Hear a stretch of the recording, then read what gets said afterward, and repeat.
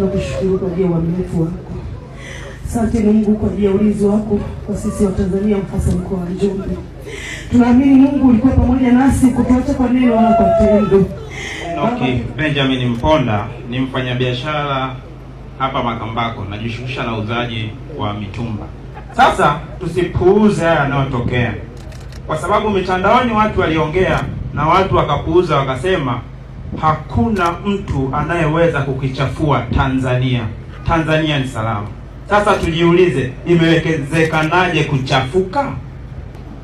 Sisi wengi wetu Tanzania ni vijana kama mimi hapa, ndio tunachipukia. Tunahitaji kuiona Tanzania yenye amani, yenye haki. Huwezi ukazungumza amani bila kuzungumza haki. Leo ndugu zetu Dar es Salaam wamekufa, lakini msingi mkubwa kufuatilia ni madai ya haki. Tutaendelea kuidai haki. Najua hizi ni jitihada na njia za kutafuta kujenga, ndio jitihada na hatua za maridhiano.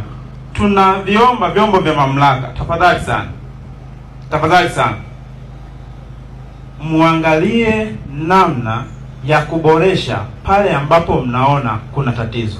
Msifumbie macho tafadhali, tunaomba msifumbie macho. Nilitaka kusema pointi moja. Ninyi ni viongozi na mnatokana na Chama cha Mapinduzi. Kile chama ni chama cha ukombozi, chama cha uhuru. Ni chama kilichotokana na TANU. Waasisi wake walikuwa na malengo ya kujenga nchi imara. Kile chama sio chama cha dhambi. Ni chama chenye sifa na ubora wa utu na heshima ya Mtanzania. Ila juzi wamezitupa zile bendera kwenye nyumba zao, walikuwa wanatoa na zitupa. Sasa kama nyie ni watu wa haki, kwa nini mnazitupa?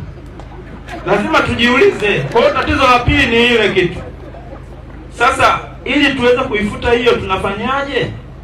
Kwenye ile chama wote tumo humu, nusu kwa nusu tumegawana, sio? Hiyo ni kama dini, si ndio?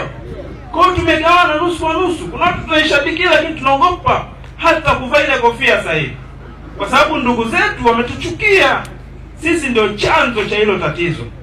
Kwa hiyo lazima kama mamlaka mnahitaji utatuzi wa hili jambo, tuambiane ukweli kwamba tutafute tatizo ni nini.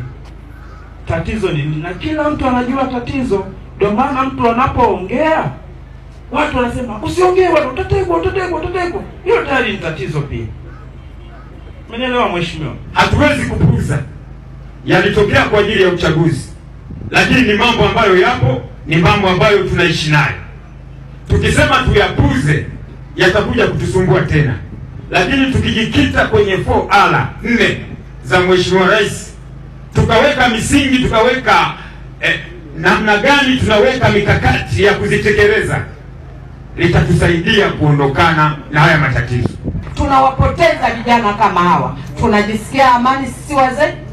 Je, ni heri kuwapoteza vijana tukabaki sisi wazee? Hili taifa litasonga? Je, ili jambo likiendelea likawa endelevu, tutajisikia amani? Tanzania ndio kisiwa cha amani. Hata wenzangu wanaofuatilia, amani ipo Tanzania. Tumeona hekima, busara, tumechoka, tumejaribu ujinga, tumeona matunda ya ujinga. Haya sasa tumevuna. Je, tunaona nini? Tunajisikiaje? Mimi siamini kwenye kunyang'anya mtu.